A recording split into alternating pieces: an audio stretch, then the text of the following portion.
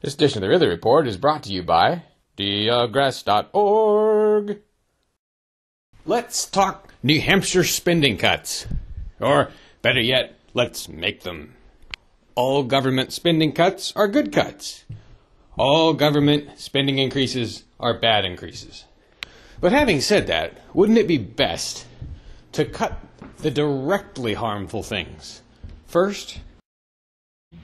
I'm a nurse. I worked as an RN all my life. For instance, you've got drug arrests going on, like this attack on Nurse Patricia in Grafton County. She's been threatened with years in jail for growing a little medicinal marijuana. No one benefits except the bureaucracy.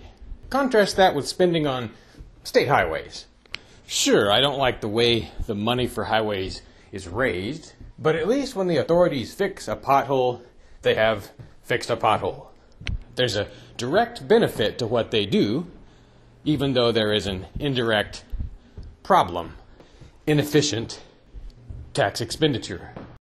So, in other words, you've got directly harmful government, like the attack on Nurse Patricia, and indirectly harmful government, where they're doing something good but probably costing us more than they should. When governments downsize, they have a way of cutting the indirectly harmful things, the ones that are superficially helpful. Of course, it's kind of rare for any government to downsize at all, ever. So we don't have a ton of history to go on here. I also don't claim to know where all or even a third of the cuts are coming down in New Hampshire. I'm just concerned that I haven't heard anything about cuts to the drug enforcement bureaucracy. I haven't heard the Child Protective Services Division howling yet, and I want to hear them howling. If they're unpopular, they do a lot of direct harm. Where is the pardon machine that should be in high gear right now?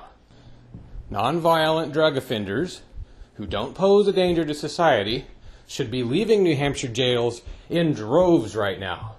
And those jails shut down. That would be some real pain-free savings. Hey guys, I'm audio taping. Yep, absolutely.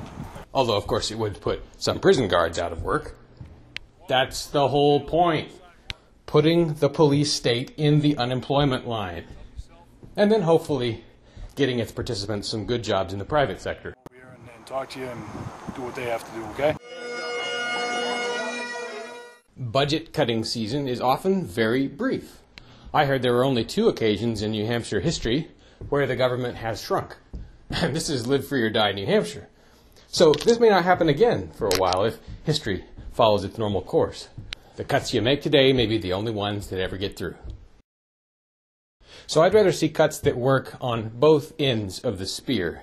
Cuts that reduce spending, of course, that's great, but cuts that also reduce the amount of harm that is done with the spending.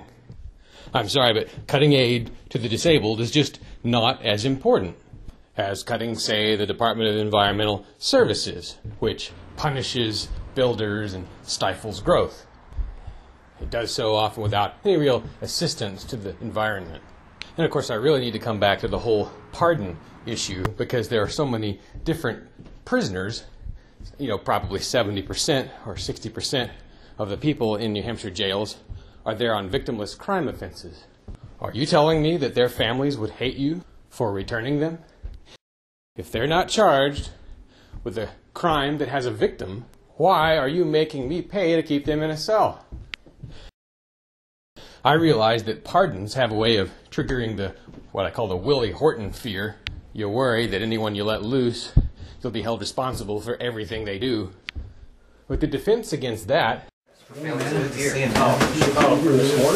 is to leverage the support of their friends and family, the thousands who will not do anything harmful once they're out. Again, government is a spear, and the part of government that should be cut first is its tip. Or maybe its root. But that's a different rant for a different day. The sacred non-aggression principle, SNAP for short. It's more than a philosophy. It's also a nifty little booklet series. By practicing the SNAP as our highest social standard, humans can live in a more benevolent world, a place with more peace, safety in abundance. But it all starts with you. Learn to talk the snap and walk the snap. Visit arrrests.org.